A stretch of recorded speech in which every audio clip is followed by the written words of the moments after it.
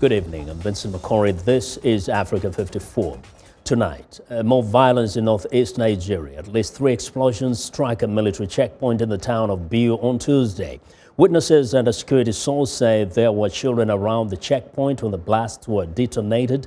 The cause of the explosions are not known at this time, but the town has been repeatedly attacked by Boko Haram militants. Now, the attacks came a day after Chad launched a U.S.-backed counterterrorism exercise, which it called a warm-up for confronting Boko Haram in Nigeria. The Flintlock exercise, jointly organized by U.S. Special Operations Command Africa, comes as Chad and 4 neighboring countries prepare a task force to fight the terrorist group. More than 250 U.S. troops will participate in the exercise. Chadian Army Chief of Staff General Ibrahim Ahmed stressed the need for the collaborative exercise at a ceremony in N'Djamena, Chad's capital. Vous le savez, cet exercice se déroule dans un contexte.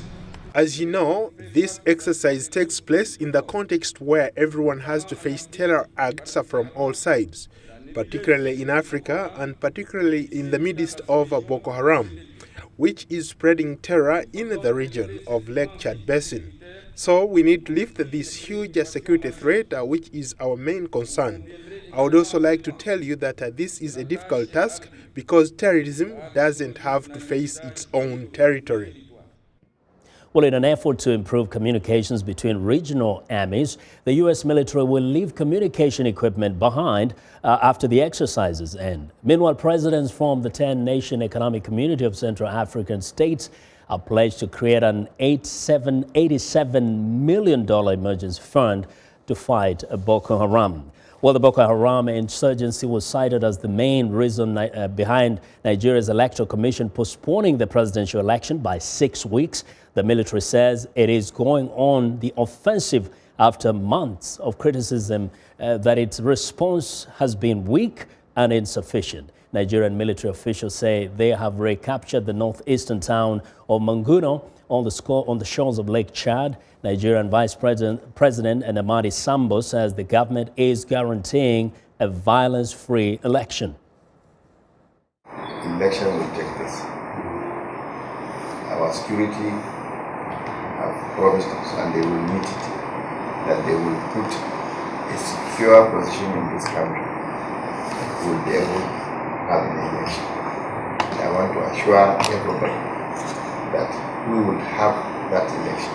On the 29th of May, there will be a president that will be sworn in this country. That is for sure. Well, for an update on the situation in Nigeria, VOA Hausa Service reporter Ibrahim Ahmed joins us by telephone from Gombe in northeastern Nigeria. Now, Ibrahim, the vice president who you interviewed, actually is reassuring people that an election will happen in a peaceful situation when we are reporting that there are more attacks, and there are more attacks that have just taken place. Can you update us?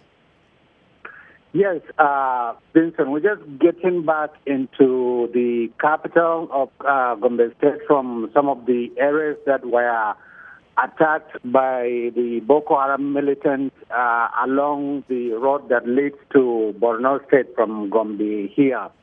And apart from the attack in Biu, there was another attack that happened about a couple of hours ago in the city of Potiskum in Yobe State, where about 3 people were killed and about 11 people were injured at a restaurant. The dead included the suicide bomber who carried out the attack.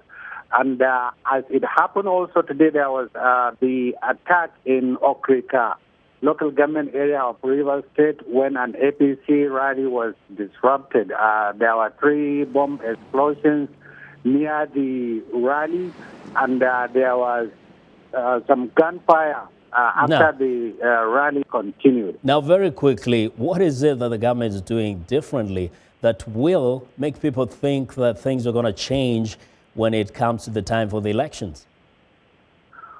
Well, as far as INEC is concerned, they are optimistic that they are going to be able to hold elections. The issue is with the security situation. Many people doubt that there will be enough security in the next coming 6 weeks to conduct the election. I just tried to speak with the Gombe State Police Commissioner on what they were doing after the Boko Haram militants came into the city and distributed leaflets warning people to stay away from polling booths on election day. He refused to talk. He said he's not going to talk about it for some reasons best known to himself. But the issue is that people are not confident that there will be election in those areas which are under Boko Haram control and in those areas which are close to the area. Well, Ibrahim, in the countdown to the election, we will stay with this story and we'll come back and talk to you again another day. Thank you very much. Ibrahim Ahmed of VOA Hausa Service reporting live from Gombe in northeastern Nigeria.